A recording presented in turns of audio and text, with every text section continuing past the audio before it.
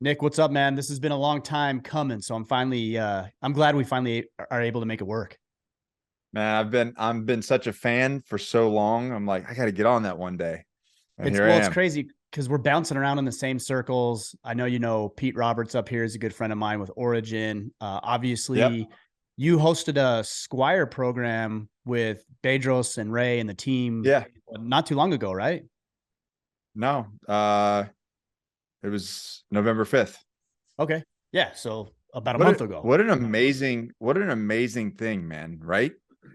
Yeah, it really is. It really is. Did It's you so needed. did you and your son went through before, right? We did. I've been to two of them. I went to Okay. one of them to speak at the event and thought it was Okay. awesome. So I took my oldest son out there 6 months later, and him and I did the program. And then Bedros and I have been friends for a while, so he had seen what we've been doing up here in Maine with the barn and the property, and he's like, "Hey, This is man, we want to do amazing, a man. program somewhere else." Amazing. So he brought his entire team, and we brought 20 dads up here and did the program here, the Squire program here at our place, which was really cool. Yeah, I think out of a day of the Squire program, I probably cried 5 times. Yeah. And I wasn't even participating. I was just watching the things happen, and I got emotional probably about 5 times. How Um, old? You have a son, one son, right? I have one son. He's 2, and he's a Yeah, I was gonna say savage. he's young, so he's not quite there Yeah, yet. Maybe next year when he's 3, he can go through it. he looks like he's from your family, Ryan, than he What do you does mean? How mine. so? He's Oh, with the completely red. like, yeah, he's completely Yeah, that's right. redheaded, and he's got clear Yeah. skin. That's funny, man. It's pretty Yeah. cool. And you know what is I love my daughter. I have 3 sons and a daughter. Of course, I love my daughter. It's just interesting how different girls are from boys because you have girls too, don't I you? I have 2 older girls. I got about to be a 21-year-old and a 16-year-old. Oh wow. And I was all into the girl dad thing. Like, I actually wanted another girl. This is probably a good thing to talk about on the podcast. I actually wanted another girl. I didn't really want a son because of my upbringing, and you know what I mean, some of the things that I personally dealt with. And I just didn't want to repeat that process. And so when I found out, we did IVF. When I found out that I was having a son, legitimately this is almost 3 years ago, had a straight panic attack, Mm, which is not the reaction my wife wanted to I'm see me sure. have. Right. I'm sure of it. Yeah. Um, but I was really upset, man, because I did not want to have a son. And and through talking to some good friends and some mentors, that they were like, listen, you're not your father, you're not your stepdad, you're not, like, you don't have to repeat. You're a completely different man with a different set of values and a different set of morals and a work ethic and everything. Like, your experience is not going to be his experience is not going to be your experience. Right. And I had to, like, go, oh yeah, no shit, that's the way that it is. I can make it my own. And but I had to get past that initially, because I was just really, you know, we don't have to make the mistakes of our parents. You know what I mean? We can change What? things. Why did you feel that way? Because you'd already had daughters that you're almost done raising at this point, and why Yeah. didn't you think that the same way you fathered them would translate over to your son? Because I felt like, how that is. I think boys are different. You love your daughters and you prepare them in certain ways.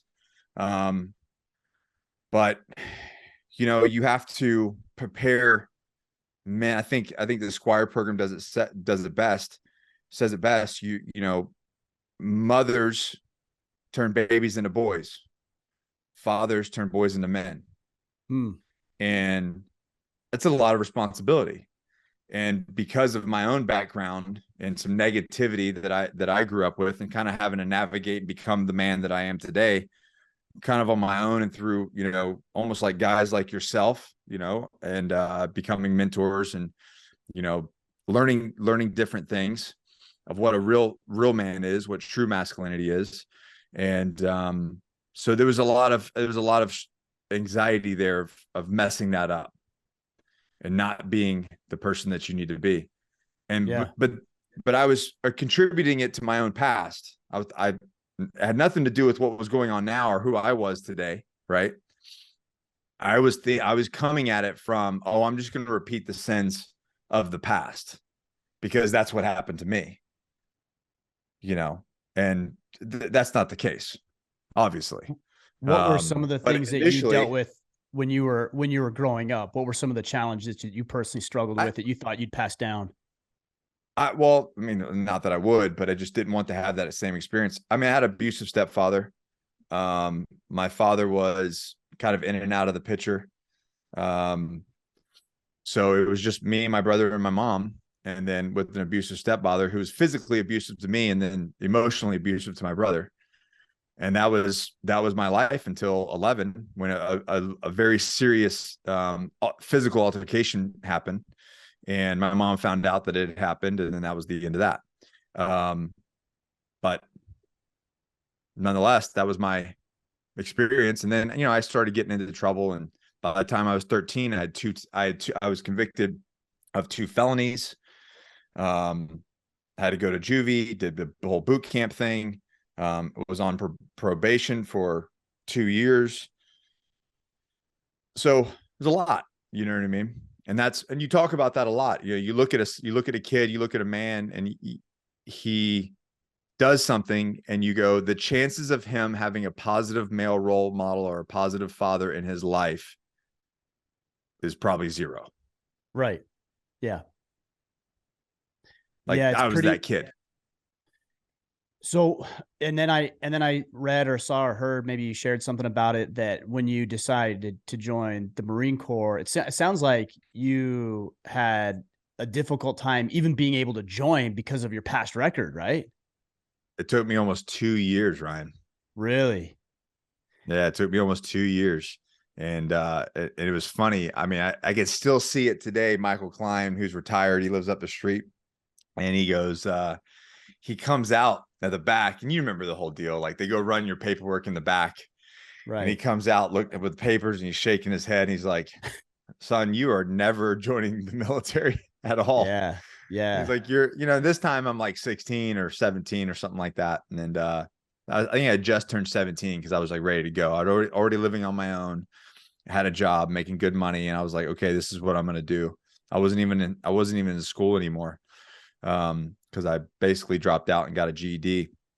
And yeah, he was like, there's not a chance, kid.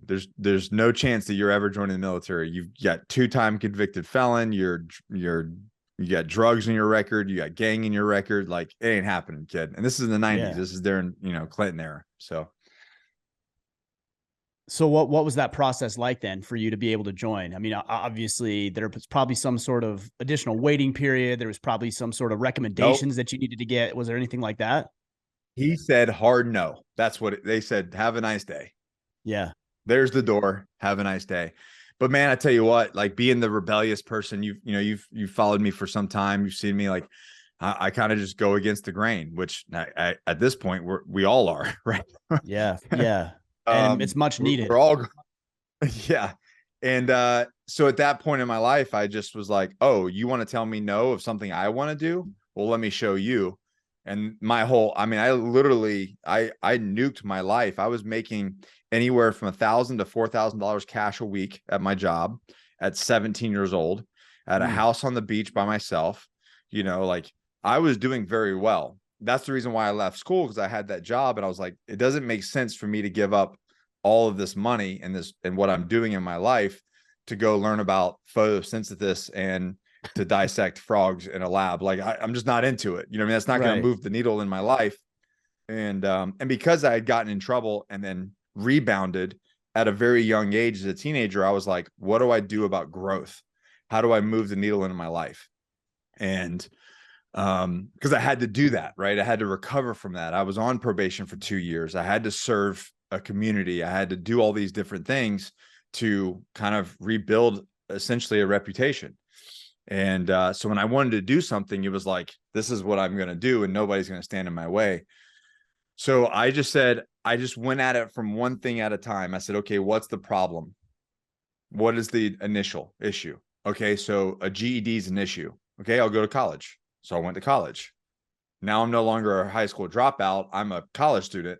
I'm a Right. college dropout, which the military loves college dropouts, right? Yeah, we'll take you then. That's for sure. We'll take you then. So I did a semester of that, and then did that. I gave up my job. I moved in my house I moved into with my grandmother. I went from making, $1,000 to $4,000 a week to literally I was working nights at a movie theater. I got my first check. And I think back then it was like 475 was minimum wage. I think for Yeah. 2 weeks it was like $150. And I was You're like, like, what the what heck am is I supposed this? to do? What is this? Yeah. And What were you doing for work? What was your job at 17? so I was working as an audio visual tech at a conference center at Bay Point Marriott from 6 a.m. to 2, setting up like, any conference that you've ever been to, projectors, lights, microphones, things like that. And Right. so, you dress nice, and then you serve the people. So it's from 6 a.m. to then you're setting all that stuff up for their conferences. Got it. And then at 2, I would take a 30-minute break, have lunch. From 2:30 to 10, I was working as a bellman at there. And I mean, it was just like $100 tips, parking cars, putting bags, had concierge service. But, the level of that resort at the time was very, very high end. It was one of the highest end places in Panama City Beach. And they had like the bill fish tournaments, like the big fishing tournaments. So these guys, I'm taking them out to their yachts and they're giving me like $200 cash tips just to drive them to their yacht, and to park their car for them. So I was just making bank. And so I gave that all up. And the reason why was because, so if I go backwards, I looked at my life the way it was, Ryan, and I fast forwarded 20 years and I go, oh my gosh, I could be doing this exact same thing for like the next 20 years. Mm. Now, granted, I would have gotten promoted and I could have leveled up and I would have been successful in my own right there. I would imagine, because I had a work ethic, but it was the monotony of that level that just kind of, I panicked, because I was like, oh man, I'm 17 years old. Yeah. This can't be it. Where does This that can't come be it. from? Because I think about a 17-year-old kid, or even look back to when I was 17. Bro, I wasn't thinking about where I'd be in 20 years. Like, that's not a thought that went through my mind. I was getting drunk and partying and looking for girls. I wasn't interested in anything down the road. Well, So see, I did all that. I did all that from 9 years old to 13-year old. so So I you was already getting went through drunk and that doing phase drugs. really early. Yeah, like the whole drinking and doing drugs and chasing girls and doing all that. I mean, I got a girl pregnant when I was very young. And so like that, all that stuff had already happened in me. And I was like, okay, what do I need to do to move my life forward and not be in trouble? Because I Right. saw where that goes. And anyways, so where it really, I think, stems from is growing up. This is kind of a negative while it was happening, but as an adult, I see it as a positive. My mom, because she was, it was just my mom and my brother. She literally, I made a joke that she was like a gypsy running from the law, because we would literally move every 6 months from the time I was probably, after she left my dad as a baby, until, geez, man, I want to say 13, Mm-hmm. something like that. We moved every 6 months, different school, different house, different life, every 6 months. Was it And work for her, or was it getting you into a different environment? What was the reason for you moving around like that?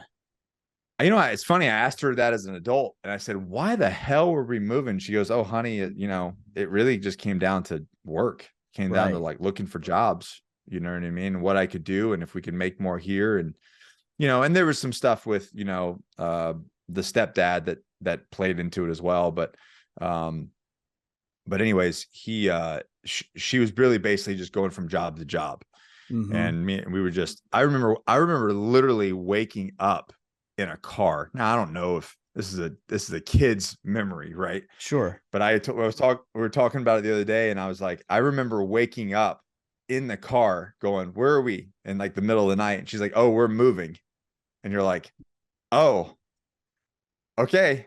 Yeah. we're So you moving. didn't even know. You And just woke that's, up and you're already on the road. I'm already on the road, man. I'm already on the road. I'm probably like, 6, 7 years old. I will never forget the one time we moved, I think from out west back to Florida. And she said, "Hey, honey, why don't you unpack?" And we didn't have anything. We were using like contractor trash bags as our suitcases. Mm-hmm. And I just left everything in there for like weeks. And she's like, "Why don't you unpack?" And I was like, "Well, we're probably gonna move soon anyway.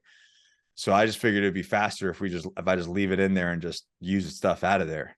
And I will never forget the look on her face of like, I think that was like the first time like almost like the heartbreak hit her. And it was like, oh wow, this is an impact that I'm putting on my kids. And I'll never Yeah. forget the look on her face. So anyways, that was where our head was. We were just vagabonds, man. We were a gypsy family. Yeah. It sounds like it. That's hard for a kid because you can't ever get settled in. You can't make friends. You can't No, find a path. You can't get comfortable. It's just constant yeah. change, But I which, had my in a but I lot of had my ways, brother.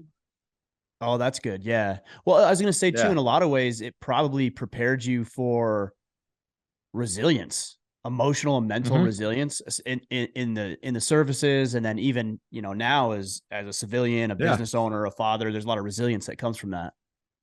I'll tell you this. Like when I joined, I mean, this, when I joined the military, you know, these young guys would get real upset about like maybe living conditions or like Oh yeah, having to go stop, sleep here, sleep there, sleeping on your pack, like just being stuck and just constantly in limbo. That was so normal for me. I was just like, man, everything's cool, man. Like yeah. we lived out of a backpack and we would just go. And then especially going into, force recon and as a Marine Raider and at MARSOC, it was just not that big of a deal. Yeah. When you get some guys who have lived in the same place done the same thing with their cushy little life growing up, that's a big shock to them. For me, I was like, I'm fed, I'm getting paid, I got all this cool shit for free. We're traveling. I mean, like we're good. This is good. So then how do you ensure with your older daughters, they're one's out of the house, it sounds like one's probably getting close, and Yeah. then your son, how do you personally strike the balance between giving them a better life than you had, which obviously clearly is something that's important to you, but also give them challenges that you have to almost in a way, because of where you are, manufacture a bit so they can Yeah. struggle, but you have to fabricate Yeah. it for them, right? Yeah. It's funny you say that. And I use me and Allie, my wife, we talk about the word fabrication. Like I have to fabricate struggle Right. for my son because he lives I mean, I don't even want to get into it. The kid's so spoiled, but not in a way that people would think, like not the way his behavior is, just his life compared to mine as growing up. So honestly, I messed up early on as an early dad. I won't say messed up, but I didn't have that train of thought. My only train of thought was there's no way on earth that my daughters were going to have the life that I did. So I went all in on making sure that, obviously I'm in the military. So I made sure that we had a good home, that they had, as stable as it could be. When I was home, I was present, I was involved. And I feel like I did it for what the time was. I did a very good job doing that, but I didn't inherently push them to struggle or fabricate struggle, which paid later on. I had to pay for that, or they had to pay for that later on because I didn't put that on them. And then so later on in life, I had to start having these like conversations about why struggle is important. But I did Mm-hmm. because I didn't fabricate it. Now being the age and the experience, being a father at 20 and being a father at 40 is two very different things. Like 20 years old, I'm holding my first daughter. She's crying. I'm like, is she dying? I don't You know don't what know. I don't know. And then when he's born, my wife was like, man, you're so good. I knew you'd be good, but I didn't think you'd be this good. I'm like, yeah, there's no stress, zero stress. I'm like, you're okay, bud. Everything is fine. You know, I would imagine it's like if I handed you a baby today, you would be like, walk in the park. Easy. Maybe holding babies isn't my thing. You know, I know for some people they want to, I'm like, no, I don't, all they do is scream, poop, cry, eat, put bodily fluids But on you. I'm just not interested but in they're that. okay. They're not, Yeah, you they're know what I mean? fine. They're They're pretty fine. resilient. They're Well, like fine. my daughter Yeah. this morning, my daughter's sick and she's actually on the couch right now. Mom's out of town. I'm doing this, but I also have the kids. And Yeah. this morning, since she's been feeling under the weather, she's starting to throw up and she throws up a little on the couch. I'm like, get up. And she's like dragging her feet and going slow. I'm like, no, hurry, get up and go into the bathroom. So I'm kind of yelling at her a little bit because I don't want her puking all over the Yeah. couch. And she goes in the bathroom. I finally usher her into the bathroom. She gets in there and finishes up and she comes out and she's like, I'm sick. I don't feel good. I'm like, that's fine. I just don't want you puking all over the couch. Like, you can be sick, but just go do it in the toilet instead of the couch. But that's the Yeah. difference between, you know, a first child and a third or fourth child. Yes. Yes, exactly. Yeah. You're like, you'll be all right. Go throw up You'll be over there. fine. Exactly. Or you see your Drink some baby. Gatorade. Yeah. Or you see probably with Yeah. your boys too, right? You said? Yeah, he's two. So you see him like picking up rocks outside and putting them in his mouth. And, you know, on the first child, you're like, oh, the third or fourth child, you're like, that's fine. It'll just strengthen his gums or help his teeth come through. So it's Well, good. I tell my wife, I'm like, she's like, she'll get worried about something. I'm like, babe, listen, this is a self-correcting problem. We don't need to get involved. Yeah. This is not something we need to So it's your worry wife's about. first child. Yeah. Yeah, that's what we're saying. Well, then she's the mother too, which is different. There's a different dynamic there as Yeah, well, of course. obviously. Different dynamic there. Yeah. Yeah. But it's been fun, man. It's been fun to be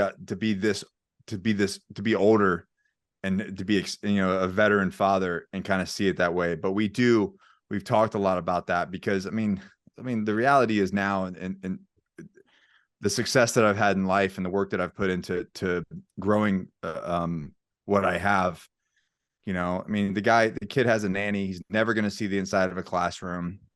When it comes time to do that, we'll we'll do something with probably Apogee and Matt Bardu and those guys. Like, we're just going to make our own school essentially, you know, for our own community, because that's the way it should be. It's the way it should have been. It's the way it was. And it's the way it should have been all along. So, you know, for him, it's going to be very, very different. Right. So I have to, like you said, I have to fabricate struggle, and I have to, you know, but that's where jiu-jitsu comes into play. You know, that's where wrestling comes into play. That's where, you know, taking him on these, like, you know, this is why it's important for fathers, no matter what age you are, to stay physically fit, to be physically fit, to be able to, you know, like I'm going to be 50 and he's going to be 12. You think it might be important for me to keep my shit together, you know, of course, both physically and mentally. So that's where those lessons come into play that I have to actually establish. That's why things like the Squire program is important. Those things are vitally important to young men and to fathers as well, to do those sorts of hard things and those types of challenges. You know what's interesting about the Squire program, and we run an event too for fathers and sons as well called Legacy. And it's interesting, if you took the 20 dads and you put them on one side of the room and the 20 sons and put them on the other side of the room, you could, with about 85 to 95% certainty, put each child with their father just based on how they look. Yep. It almost never fails. It's fascinating to me. If you look like that, your son looks like that. If you're lean and fit and you're strong, the boy does. If you're doughy and fat and squatty and lazy, the boy's like that always. Yep. And they do. They're reflections of the fathers. And we do some stuff like, you know, and it's programming, right? Video games and the bad food and this lifestyle, that's programming. But you can also have positive programming. And I might get a lot of shit for this, but you know, we do things like we do flexing in the mirror. We talk about muscles. We talk about protein. We have this thing where we go ab check. We, like, you know, I'm 40 years old with abs and I'm like pulling up my shirt. I'm like ab check. And he pulls his shirt up and he's like, and he thinks it's so funny. He loves it. But That's what is cool. that doing, right? But what is it doing? You're creating this environment of physical fitness, of, yes, it's aesthetics, but what happens when somebody is aesthetically pleasing? If somebody has muscle in their body, they're lean. What does that mean? It means they're disciplined. It means they have discipline in their body. They have discipline in their life and their body and their mind. They're consistent in their life. So they consistently do something. They can consistently eat right. They can consistently train. These are building blocks of a successful person. You know, as a business owner, and I look at people, I go, are they physically fit? Because if they're not, what does that mean? Right. Does that mean they can't be on time? They're going to eat shit. They're going to get sick. They're going to cost me more money. Those things matter. Yeah, and they're not going to be able But to if I serve see, the if I, clients as well. I mean, there's yeah, obviously so much to that.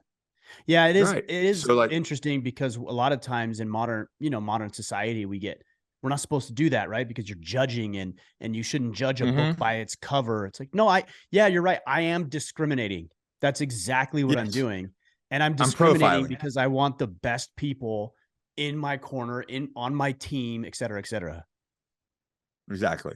That's exactly what, and so with him at 2 years old, we are doing a little bit of programming. He has a chore chart, right? So there's, you do this thing, you get a reward, right? And the reward is just a gold star, but it's a reward. Like, you're stacking wins. I'm teaching a 2-year-old to stack wins. And it's everything from feeding the dog to brushing your teeth to, you know, changing your clothes, whatever it may be. But he's 2 and he already understands that, and he can count to damn near 20, you know. And but that's because it's effort. I think that's something that we lack, is like the actual physical mental effort into our kids, because we want to put them on autopilot, or we take them to a daycare, or we do whatever, you know. Yeah, we've outsourced all of it. It's like you go to school, you Yeah. learn there. You don't learn here, you learn there. You need to be Yeah. entertained. We turn the TV on and let Hollywood do the education indoctrination. Jesus. It's Yeah, man. we Scary. outsource all of these things. My wife and I fortunately have been homeschooling our children for the past 3 years. I say my wife and I, that's not accurate. My wife, I specifically in the last 3 to 4 months have been trying to get more active, more involved. And I do the science lessons with them once a week. And so You're supportive. You're you're in a I'm in a support role. supportive role. That's right. I'm the Yeah. support role. No, but I don't even like that though. And admittedly, Yeah. it's become complacent where I'm like, yeah, I'm just in the supportive role, which really means I don't do anything if you're being honest, Right. right? So I've Yeah. tried to be in a more active, assertive role to be involved, because not only is that good for her, so she can get a break in a space that she needs, but it's good for the kids to be engaged with me. And it's good for me. I've got science books over here that I look through and prepare lessons. And it's been a lot of fun, man, to be engaged that way. But you're right. It does take effort. It does take sacrifice. And yeah, it's not going to be like the path of least resistance that most of us look for. It shouldn't be. If you want high performing young adults to enter the world, it shouldn't be the path of least resistance. They need to have a lot of resistance, because the reality is, and that's what, and it's a catch-22, because as parents, as fathers, right, and as mothers, we want to protect them from the world. And you see this in a lot of like highly religious families. You want to protect them from the negativity of the world. You want to protect them from people that use foul language. You want to protect them from all these different things. But are you protecting them, or are you not preparing them for what they're going to do, what they're going to see and be interacted with on their own? Yeah. I think there's a fine line there. It would be the analogy I've used in the past. It would be like, in if you're afraid of water, or you're afraid of your kids drowning, that you just keep them away from the pool, as opposed to the healthy thing, which is to teach them how to swim, right? If they know how to swim, Right. you don't have to worry about the water and then being around a pool. He was a year and a half, Ryan, and he was swimming, because at 9 months, we put him in ISR. I don't know if you ever saw those videos. Where they It like go kind of weirds me underwater as out. babies and stuff like that. I've seen it. Yes, It's dude. very crazy. Very crazy. But now he's 2 and he can do laps in the pool. He's What is a freaking ISR? What does that fish. stand for? Do you Infant know? infant swimming rescue or something like that, It's or crazy. You infant wouldn't think self rescue. Yeah. like how So they know they how to teach them hold their basically to breath and turn over. stuff. Right. They teach they initially will hold their breath. That's a genetic like coding that they just do. If you put them in the Mhm. water face down as a baby, they hold their breath. And then you teach them to turn, they basically get them to turn their head and teach them to roll over and float. Float on their back. Once they do, yep. And then once they do that, they have levels to where they teach them to basically like go and then flip over and then go and then flip over. And now he's just a fish, dude. He just gets in there and just goes, That's so awesome. Well, jumps in. Like it I scares was me. gonna say But I've had friends who one friend actually a couple friends who have lost children in drowning accidents, tragically, horribly in these drowning accidents. So to know there's programs like that, those things are invaluable. that's like you said, it's like, okay, I can either be fearful and just stay away from it, or I can lean into it. Is your Mm-hmm. kid gonna cry? Yep. Is he not gonna like it or she not gonna like it? Yep. Is it good for him? Yep. Yeah. So are we that really soft as parents that we can't see that the hard things that they have to do is what's going to benefit them? This kid will never know the fear of being around water. And you've probably met adults that can't swim that just are deathly afraid of water. Oh, Like that's just absolutely. no life. That's no life. Like what kind of life is that to live that you're just constantly living in fear about this thing, or being a parent and being in fear of this thing all the time? Well, I think you hit the nail on the head when you said that you were talking about parents, being afraid, and I think more often than not, it's not that we're overly concerned with what our kids are exposed to or not. It's that Mhm. we're trying to preserve ourselves as parents because we want to be fat. We want to be lazy. We want the path of least resistance.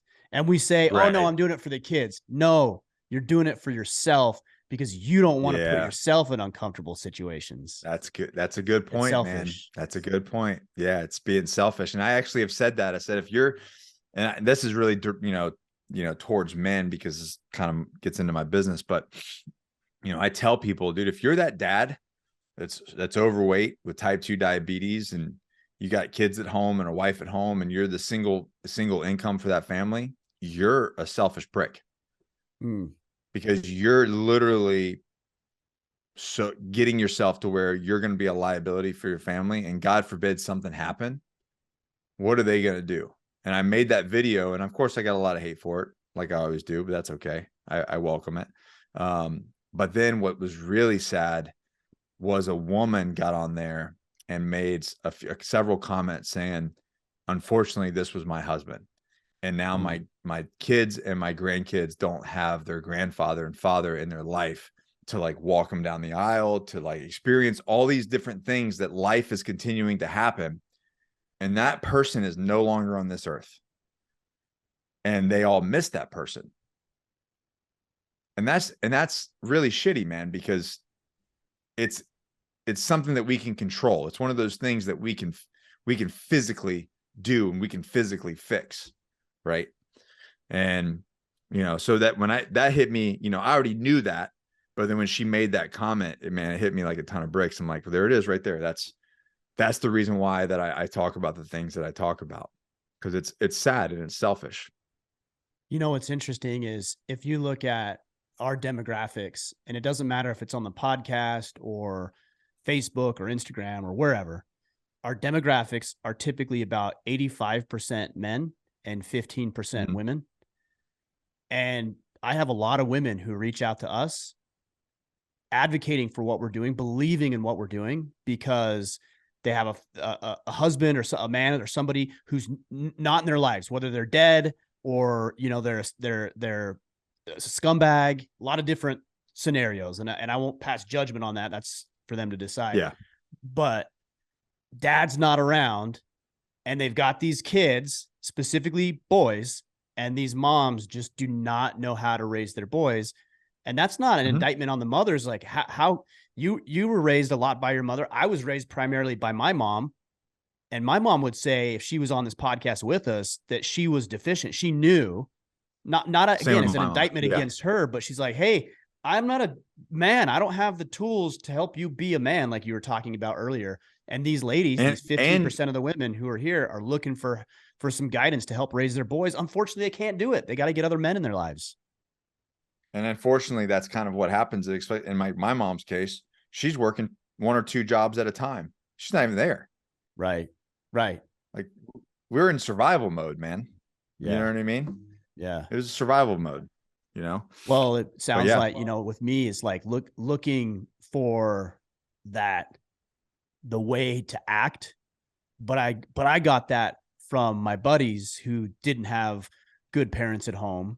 And so all yeah. of us are running around. Now, I didn't get into much legal trouble. I'd steal baseball cards or like a Playboy magazine from the convenience store or whatever, Just or being a jackass. Yeah. yeah, getting drunk, find somebody's parents alcohol and got drunk. But I was looking for that from other boys instead of from men who could have guided me and instructed me in a better way to do it. Yeah. Like what you're doing with your sons, which What is I'm trying to do. which is Yeah, for phenomenal. sure. Yeah. Yeah. Yeah. So I Um, noticed something changed for you. I don't know exactly the time frame, but it seems like maybe 2 or 3 years ago, you seem like on Instagram, you seem like you just locked it in. And I don't know about post the 2000, post 2016. is that okay? So 2016. So it's been like 6 years then. Yeah. Okay. That's really when it started, was post 2016. So what Um, happened? What happened around that time where you started to like just dial this all in? can I be 100% frank? Yeah, well, I want you to. I stopped giving a fuck what everybody said and what people Mm, thought about me.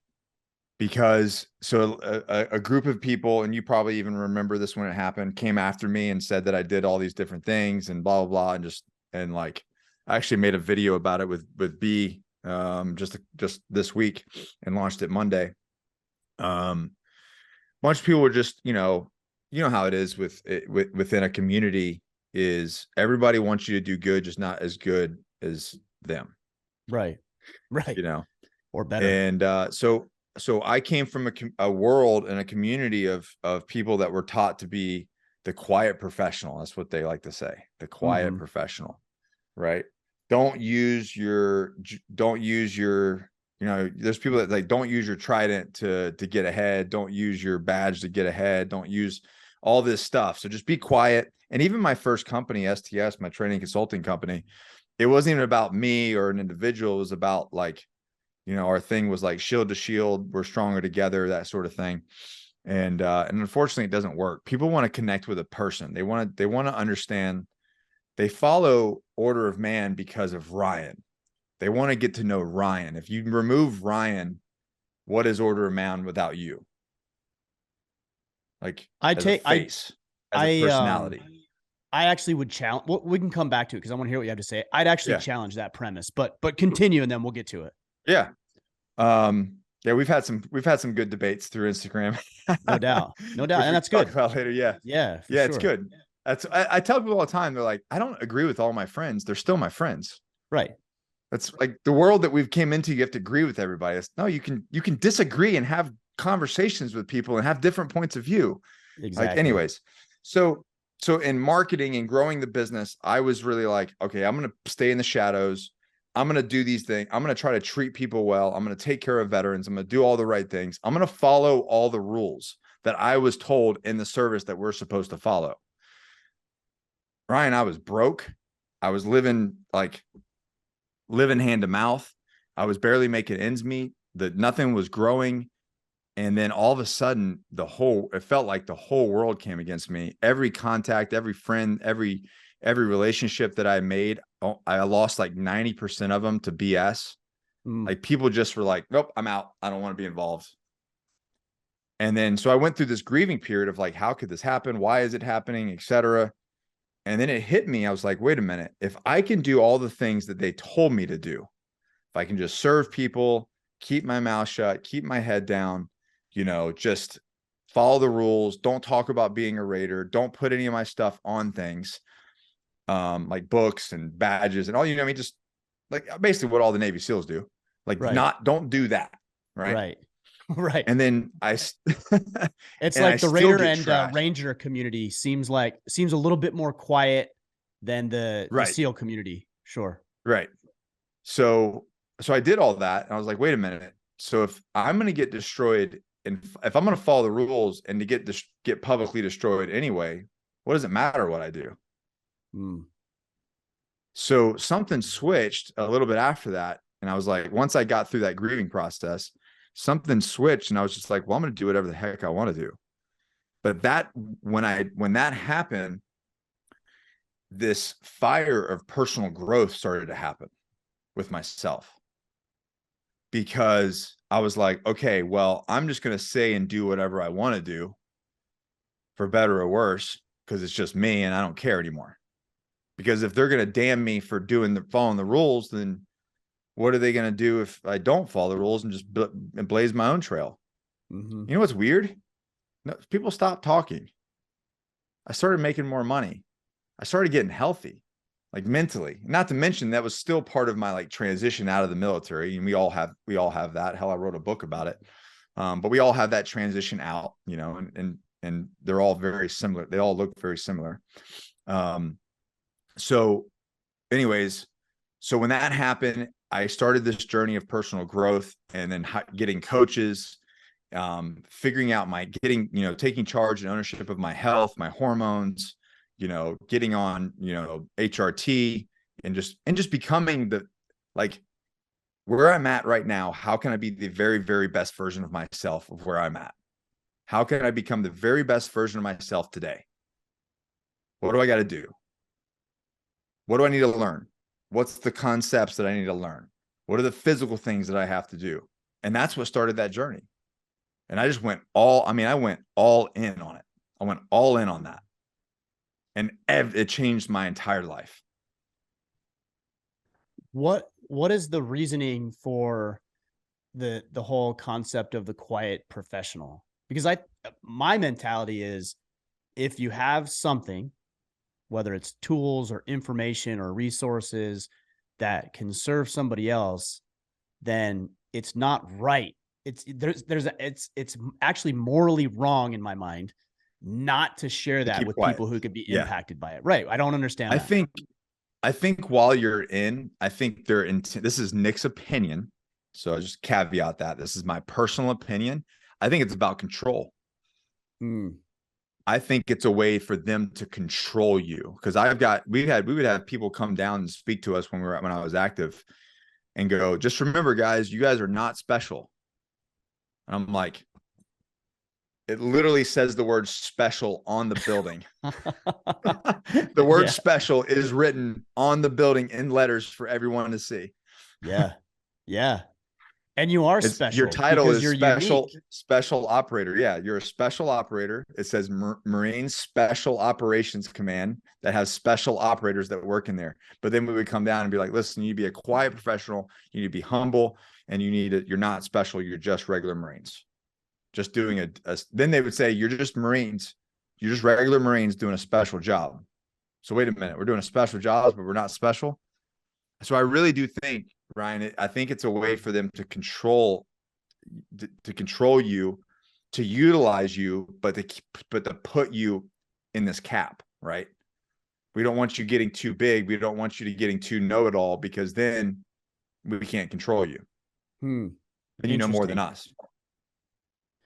I've thought a lot about humility and how it's misused or dangled or held over people's heads. Like, you're supposed to be humble, which really what they're saying is what you said earlier. Don't excel, don't exceed, don't put yourself out there. Don't be quiet. Get better than us. You got to be humble. That's not humble. That isn't humility, to hold yourself back because somebody else might be intimidated by or doesn't have control over you. So let's get that right. That's not humility. You know what I think humility is? Being that savage servant, realizing that it's not all about you, that the reason why you need to be is good. The reason why you need to be the very best version of yourself is because you're going to serve other people. And the most wealthy, both financially, mentally, spiritually, people that I know are all in on serving others. That's the catch. I know some people out there that are always like, how do I get something for myself? How do I level up my life? How do I get more money for me? How do I do this for me? How do I do this for me and mine? But the real successful people, the real ones that are truly wealthy, are the ones that are helping others. Yeah, for sure. Where does the savage component come in? I bring this up, and I try to be as reflective as I can. I'm not always as reflective as I should be, but I've used verbiage like that before. Savage, and we have our battle planner. We use this verbiage, and it sounds awesome on Instagram. Yeah, but not everything's a battle. Not everything needs that like warrior, like kick-ass mentality. So when you say savage, tease that out a little bit for us. What you mean by that? What I mean by that is every man should be the warrior in the garden, not the gardener at war.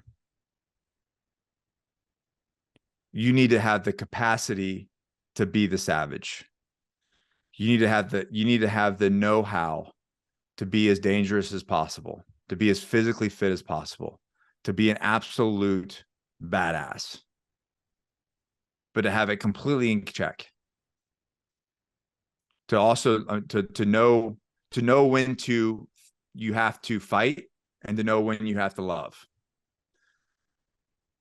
and have the capacity for both. What do you say to somebody who, as you talk about this, and I've talked about it too, like jujitsu, for example? How long have you been training, by the way? I just hit over 3 years. Okay. Yeah, I thought we had been training about the same amount of time. I think I'm close to maybe 4 years or so, but it's about I think you're a little bit ahead of me. Yeah. Yeah. We'll have means to. I'll never catch you. It's the way that works. That's as long as I keep going. That's the trick, right? Because you could say, that's the trick. Yeah.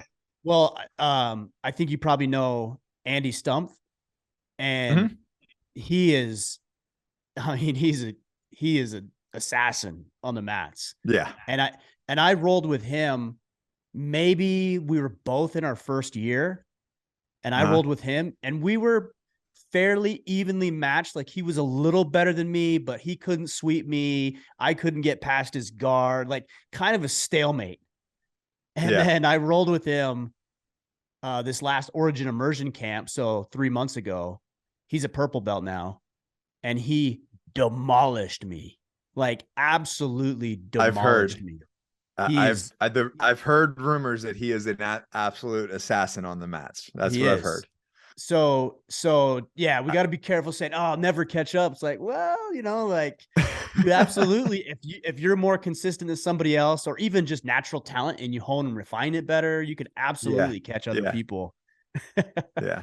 But where I was going with that is, what do you say to somebody who's like, yeah, well, okay, jujitsu, learn how to shoot guns and learn how to, sweep a house and all this.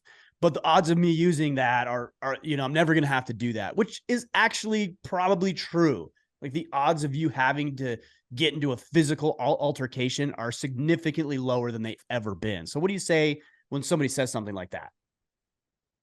I'm going to say that you will never get in a physical altercation because of those things. There's a reason why a 6 foot, 200 something pound man has never been stood up. No one's ever attacked me. You know what I mean? If you look at it from like, let's go to like a threat assessment side of this thing.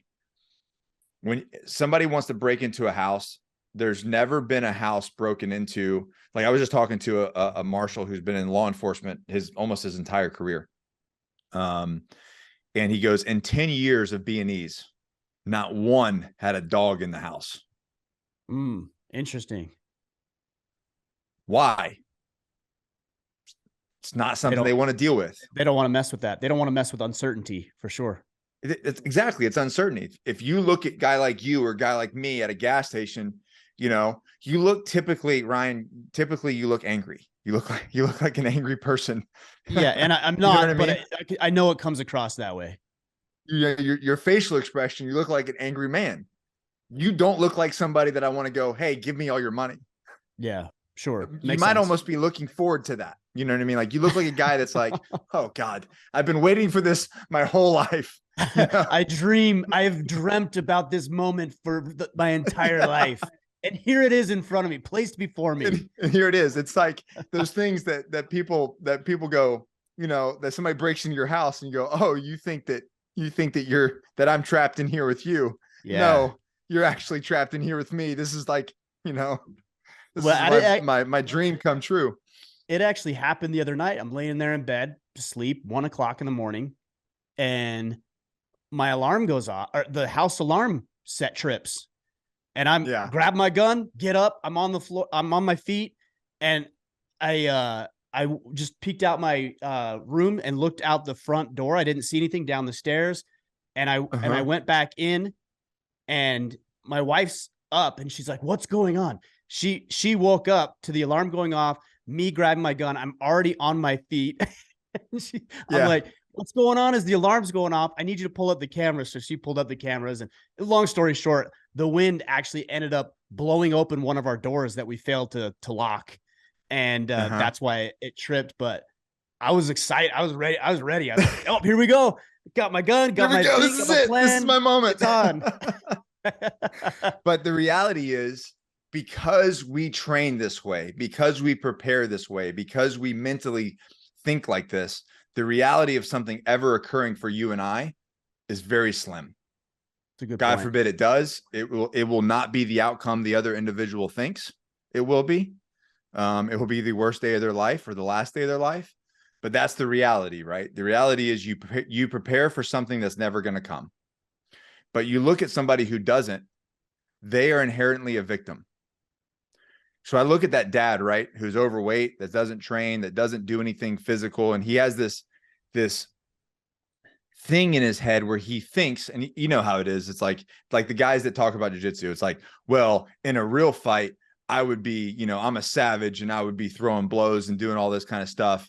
You know what I mean? Your jiu-jitsu wouldn't happen. I was like, yeah, in a real fight, I would be throwing blows, pulling your eyes, ripping your ears off, plus all the jiu-jitsu stuff. Jiu-jitsu.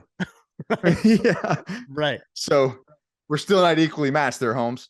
But my point being is that guy is living in a falsehood to where when one of those bad days happens, he is not prepared. He will not be able to do anything. And this goes for women as well. My wife trains, and my wife started training because of that thought process right there. She goes, you know what?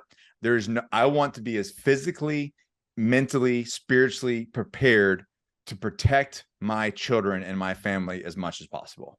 Hmm. And the reality is, and I'll tell you a story. The reality is, I think that has already happened. She is a very physically fit woman.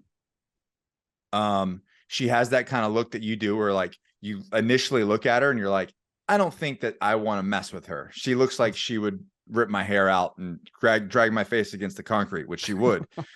And so she was going into a store. She didn't have my son. My son was at my mom's. So she went into a store. It was like a CBD store. Went into the CBD store, and at 5:30, I think she walked out at 5:30. At 5:31, a guy walked in and stabbed the attendant to death. This was right down the street. Oh my gosh! Right after she had left the store. Right after she left. So he had probably seen her in the store. My assessment is, knowing what I know, people just don't randomly walk in. They typically scope out something a little bit beforehand. They case it, make sure there's no cops, make sure there's no security, make sure there's no guys that look like you and I. You know what I mean? Because they want an easy target. There was a woman that was working in there. It's a horrible situation, Ryan. But the reality is, my assessment is, I think he saw her and goes, that's going to be too difficult. I don't want to deal with that. And she carries. So he would have been, you know, that would have been it. Right. But she didn't see him. But I mean, the timing alone shows that he was right there. He was there. Yeah. He was there. But that's my point, is like the sad point of that is we prepare purposely and intentfully to to do this thing that we hopefully will never have to do. Yeah. And the odds of us having to do it if we prepare that way are significantly lessened. The other Yeah. side I see to this too is that, yeah, I talk about jujitsu a lot, and, you talk about preparing this way and So do physical I. fitness because I like it. I enjoy it. So of course we talk about things we like, And but it's there's a well, there's a therapeutic level to it as well. You know what I mean? there's a therapeutic level and there's also a practical application when it comes to mindset. So it's not just Yeah. about the physicality. It's not just about the capabilities or the skill set. It's the mindset, and it strengthens the way that you show up as a father. It strengthens the way that you show up in your business or coaching a little league baseball team. Like all of those things translate over into other avenues of our life, and you will be better because you're physically fit outside of just being Fact. physically fit. Yep. Hmm. That's it. I know you've got a challenge coming up in January for the guys. Is Mm-hmm. that it's the 30-day Agogi challenge, right? Is that what it's 30 called? day Agogi challenge. Yeah. Is that is that purely a physical fitness type challenge? What does that actually look like? It's predominantly so when I look at a man, right? If I take a look at a man,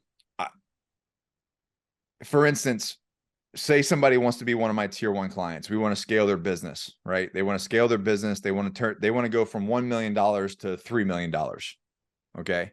And they come in, they sleep in, they hit the snooze button. They're not training. They eat garbage. They're overweight. They got type 2 diabetes. I'm going to go like, listen, man, we need to work. We need to fix you before we can fix your business. Like you're not going to be able to mentally, physically scale your business unless we get your life under control. And if we don't get your life under control and we focus on your business more, your personal life is going to even become more of a wreck. No Your doubt. relationship with your kids are going to become more strained than they are now. Your relationship with your wife is going to be more strained. And this is going to end horribly. We have to fix you. So the reason why I bring that up is because I feel like for human beings in general, our foundational anchor is physical fitness and health. Like we have to be physically fit. And I'm not talking about like special operations fit. I'm just talking about just not a high BMI, a low body fat percentage, having muscle on our body, not having a bunch of body fat, being healthy, being what men and women look like in the 70s, before everything, changed. That's what I'm talking about. Not being obese, being healthy, eating real food, not shit out of a box. So with that said, what do we do here? Well, if we have that, then the first thing that we need to do is we need to get your physical fitness and your nutrition in order. So that's what the challenge is. That's where it starts. That's the foundation. That's the 30-day. Can you, for 30 days, can you do these workouts? Can you make a schedule? Can you stick to eating this set of macros? Can you show up in your family's life? Can you do the personal development? Can you take a 20-minute walk with your family? And then we do live calls where we talk about, the 4 pillars of the Agogi: fitness, discipline, self-belief, and then why we do it all, tribe. And so, yes, it's a very heavily on the physical and nutritional side. But I'll tell you what, man, that 30 days has I have quotes where this thing has changed families' lives completely for the better, revolutionized their entire life for their entire family. But for those people that did it, the 30-day challenge was an on-ramp. It wasn't the thing. Right. And that's the reason why I hate 30-day challenges, because so many people, they do a 30-day challenge, they make progress, and then they just literally, they're like, they celebrate the 30-day challenge and they go right back to what they were doing where they got them in the first place. Yeah. And that's why I hate the 30-day challenges. But for those those that utilize it as an on-ramp to change their life and their family's life, they will be forever changed. But that's a choice that they have to make. As an intentional choice that they're making. It's amazing. You talk about 30 days and it transforming somebody's life. Like if you went all in on something whether it's physical fitness or all in with your family or all in on your business, if you went all in, and I mean all in for 30 days, All in. yeah, because Yeah. we say it like, I'm all in. Well, what about this? Well, then yeah, okay, you're not all in, right? Like They're I'm all saying in. Yeah. all in, Yeah. like to the Yeah. death. And Yes. it's amazing how quickly you can transform the trajectory of your life in that short a time frame. I remember when you did that. I don't remember exactly when it was, but you publicly came out and said, you didn't say all in, but you said I was not being a true professional. Right. And when was that? And you were like, I'm making the intentional choice. And maybe that's why you said it publicly. So it was on the record, but you were like, I'm going to make the intentional choice to do this professionally. Something along those lines. And I took it as like, oh, he's going to go all in and level this thing up. Yeah, I think I used the terms professional amateur, where I felt Yes. like I was an amateur, Yeah. but I was making money doing it. So I considered Yeah. myself a professional amateur to a novice professional, a Yeah. new professional. And that was probably I would say that was probably about 2 years ago. And that's where Okay. everything took off. The quality of the Is that podcast when exploded. That's I started writing that book about about a year and a half ago. Yeah. if So you're, I'm plugging your own book and your own I appreciate podcast. it, If you man. guys I haven't picked appreciate this it. up, if you haven't picked this up, go pick it up. It's awesome. Thank you, brother. Well, hey, look, man, tell the guys how to connect with you to learn about the 30-day Ogogi challenge and everything else, of course, that you have going on as well. Let the guys know. Yeah. Yeah, absolutely. You can just, if you're on Instagram, DM me the word challenge. Just go on Instagram and DM me the word challenge. I'll automatically send you the link and you can check it out from there. It's I mean, at this point, we've done thousands and thousands of people. And to give you an idea, let me pull up the last one.